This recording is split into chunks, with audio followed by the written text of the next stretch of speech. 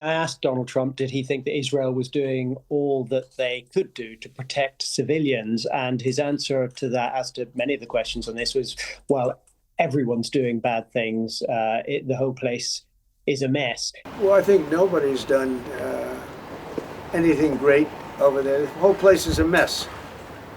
It'll get straightened out, but it's a mess. They have to get food, and meantime, food and safety right now. And ultimately, look, Hamas did a horrible thing, and they paid a big price. He did sort of go a bit further later on about how he wants to see the food get through to the Palestinians.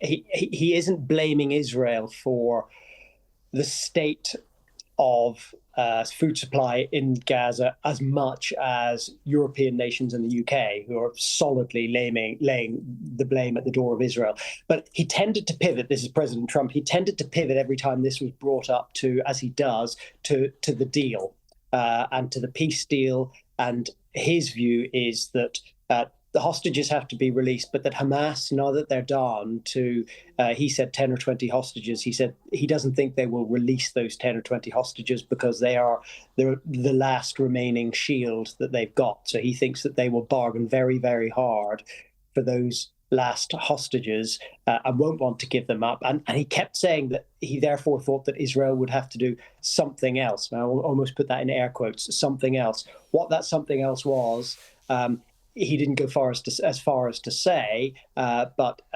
it didn't sound like it. I didn't get the impression that he was talking about more negotiation. I thought he was talking about a possibly a more military solution. But what that could be, I don't know. But I think so. I got the impression that he was still willing to support Israel in that, whilst also wanting to say that the aid should get through to the Palestinians. So he steers more of a middle course between the Israeli argument, the Israeli side, and the Palestinian side than I think many European nations are currently doing, having seen what is going on in Gaza as regards the civilian population.